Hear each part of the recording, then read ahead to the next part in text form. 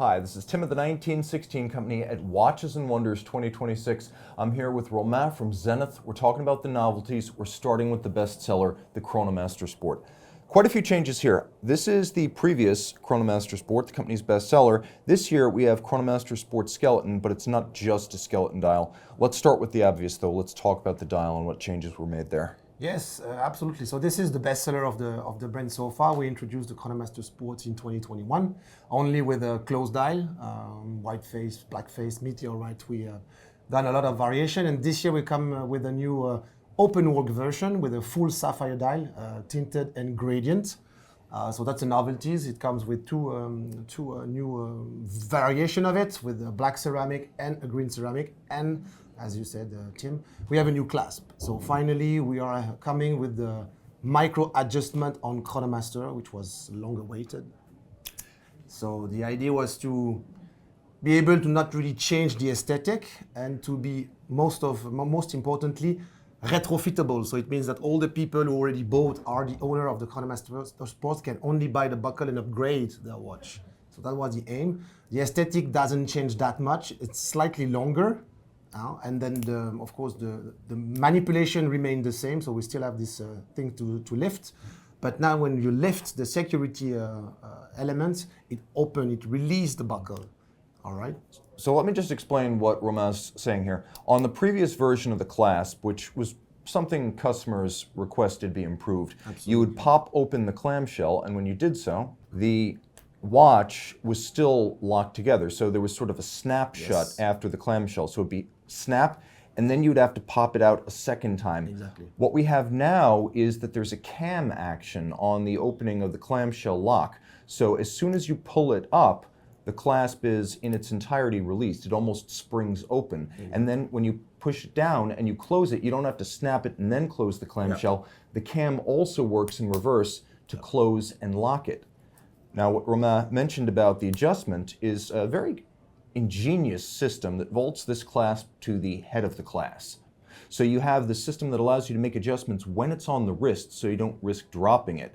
So you can see I've got 10 millimeters of adjustability, and this is in 2.5 or 2 millimeter increments? It's 2.5 millimeters, And so you have that 10 millimeter adjustment range, and all of this without removing the watch, and then the snapshot lock fixes it in place. So you've got two things going on. You've got the cam action to effortlessly open and close it without a second snap. That's a patent.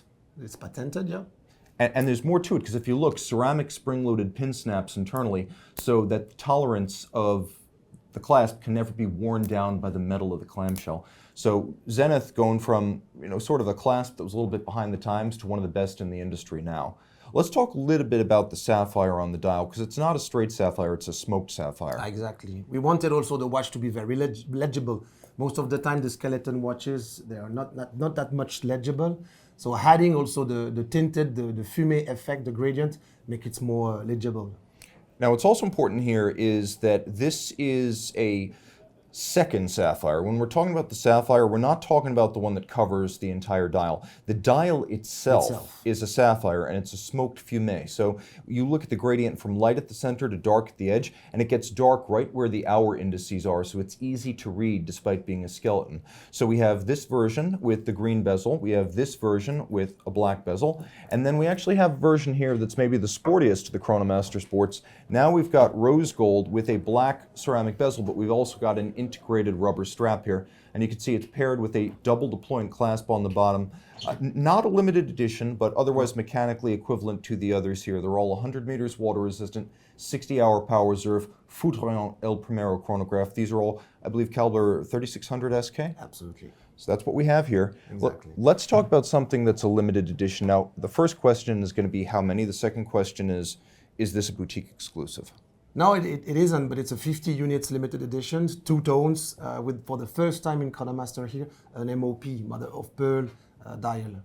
Now what it's also got is a mother of pearl that's definitely not a white style. So if you've heard of Tahitian black mother of pearl, this has that sort of aesthetic where there's a lot more polychromism in it. It has a lot of different colors, like a kaleidoscope. Exactly. White mother of pearl is mostly white. The darker mother of pearl gets, the more colors you see, almost like chatoyancy. Yeah, exactly.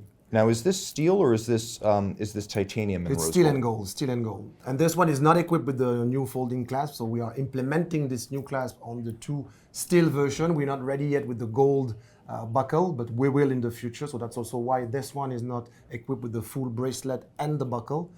But that's going to be the case in the future. And this one, as it is a limited edition, we have decided to make it with the, let's say, the actual buckle. Okay, and so again, the new clasp is going to be retrofittable to every single one of the Chronomaster Sports on a bracelet. So if you're out there and you're thinking, I'd like that, you can get it without buying a whole watch. Absolutely. Okay, so Chronomaster Sport is the best seller for the company, and there are several different variations this year. But what I want to emphasize now is, aside from the 41mm sports watches, we've got one that is probably, I would say, halfway between sport and black tie. So this is still 41mm, still a sports watch. I don't believe there's any change in the water resistance or mechanical spec. But now we're talking about a 10-piece limited edition, 50 VVS diamonds. How will these be sold? Will these be exclusive to your boutiques or through dealers? Yes, this one is a retail edition, absolutely, as we only have 10 of them. We are sold out, by the way, which is fantastic, and it's a nice, gem set bezel with 5 carats of diamonds, as you said, VVS.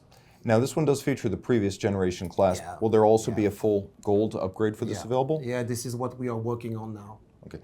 Now, the watch itself is very massive. So if you like a watch that feels very heavy and you want your luxury watch to feel like a luxury watch, this is a great way to go. Now, tell me a little bit about how these gems are selected and how they're set, because it can't be easy to find that many gems that are the same color and clarity. You have to find the right color, the right clarity. So this is something, that's also why it's very exclusive, and we only limited to 10 units.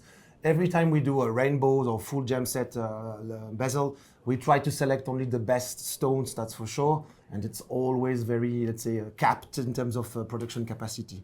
And so in order to find 500 identical diamonds or diamonds that can be cut identically, really slows down production. So you can't make as many of these as you could sell or as many as you'd want, which ensures exclusivity down the line for those who do have an interest in this exclusive 10-piece edition.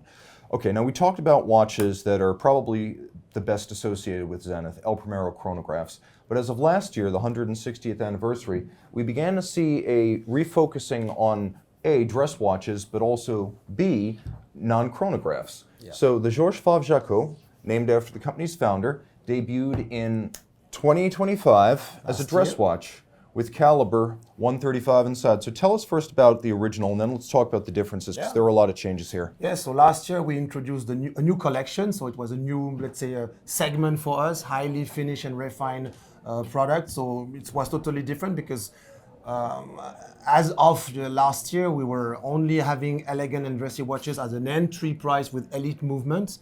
And we thought that it would be the right, let's say, move now to go higher in terms of value of perception, with something also that has a story to tell. And the Elite is a fantastic movement. It's a nice 3 hands that works perfectly since 1994. But we also have in our history something even better, like the Caliber 135, which is totally us, that nobody has. So that was the aim, to bring it back, to make it live for a second time, because this movement is from 1949. It has been produced until 1962. So it slept in the collection for 63 years. Until we revived it in 2025. We took that decision in 2022 when we did a very special edition with Karivuutilainen, with observatory version of it, with our own museum movement. And we have decided to revive the movement and to, let's say, elevate this movement to the modern standards. So this is what we have done. We did this special edition in platinum as a celebration piece associated with lapis lazuli, with this new signature for the dial layout. You have a 3-part dial with an external part with the guilloche that rely and create the link with the manufacturer, the building, because of the brick. So this is once again something very special.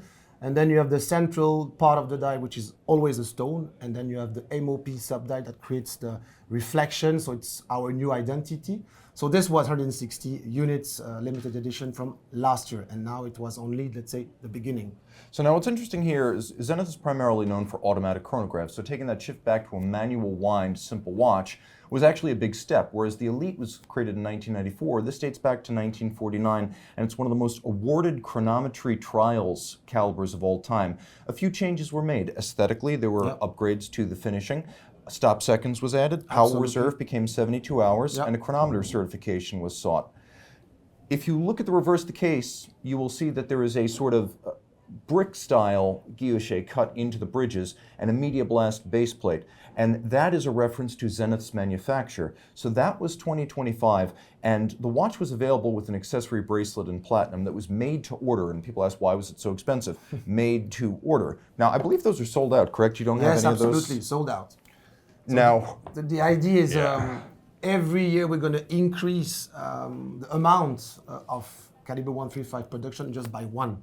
Just to remind everyone that we are from 1865, so it's a small, let's say, a hint to the past.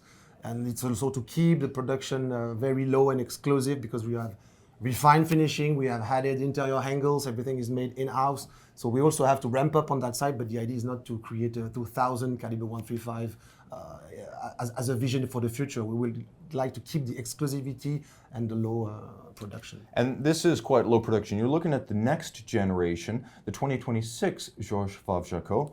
This one, still 39 millimeters, still caliber 135, and still with a combination of exotic materials on the dial, but now we have a case in tantalum. Absolutely. First ever tantalum case, no compromise on the aesthetic, because we wanted really the watch to have the same finishing as the platinum one. We know how hard tantalum is. It's sticky. It's a lot of headache to finish specifically, and the polishing is really the hardest part. But we wanted to have the exact same finishing, so that's why it's low production once again. Only 20 units exclusivity. We are working here with the same case maker as Cari. As simple as that. We asked Cari if it's possible to work with him, and he said yes. He was one of the only to say yes. So a voodoo linen case.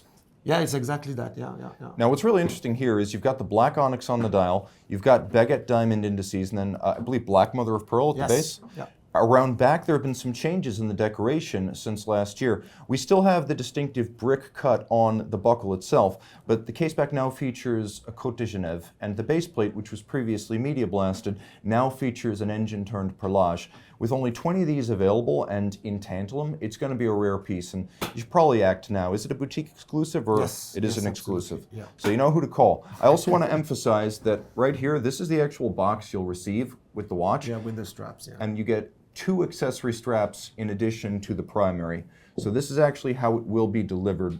And in terms of mechanical spec, the movement's the same. It's just going to be case metal, dial material, and movement finish changing versus last year. Yeah. Now, when Romain talked about having 160 plus 1 and then adding 1 each year to the edition, he was speaking of this. This is actually the yellow gold Georges Favre Jaquot, and now we have bloodstone jasper. Wow. So that's the one piece, let's say the flagship model of this year, that is replacing the platinum lapis from last year. So every year we're going to have a new color thematic, a new stone thematic, and introducing every time the watch with a different case material. That's the aim of the project. And I believe it's green mother of pearl Yeah. on the subseconds, and then the bloodstone for the remainder of the dial. And these are stone dials, so you can get a very consistent look with onyx, but once you start talking about bloodstone jasper, these are going to be very individual. So it's going to be basically 161 piece unique. Finishing on the reverse side is identical. This one with Same as the tantalum. green dial and yellow gold, a really striking appearance. But if you want something a bit more, you might remember that last year there was that optional platinum bracelet for the original Favre Jaquot 160th anniversary watch. And a distinctive bracelet will also be offered and made to order only for the 161 piece edition. So in yellow gold, there is a matching bracelet. There is not one for the tantalum watch for reasons of sanity and practicality. It would cost a fortune, it would be a disaster for them, and it would probably take you to the cleaners. They're being very honest about not wanting to experiment with a tantalum bracelet at this point. But given that this is their first tantalum case, never say never. If you do opt for the bracelet on the Georges Favre Jaquot, it's a double deployment with a trigger action, and you can see it features that same brick-style engraving to remind you of the walls of the manufacturer in Le Loc. So, Romain, I want to thank you very much and just ask, when are these going to be available? Because I understand variability changes. We are starting to deliver the very first one now, and we also have a possibility to buy here on the booth. So we are really starting now to deliver, and the tantalum will be released a bit later in the year, starting from September. Okay, and Chronomaster Sport. Right away, it's on spot now, also available. So we will start the deliveries of the new skeleton one right away after the fair. Merci. You're welcome. My pleasure.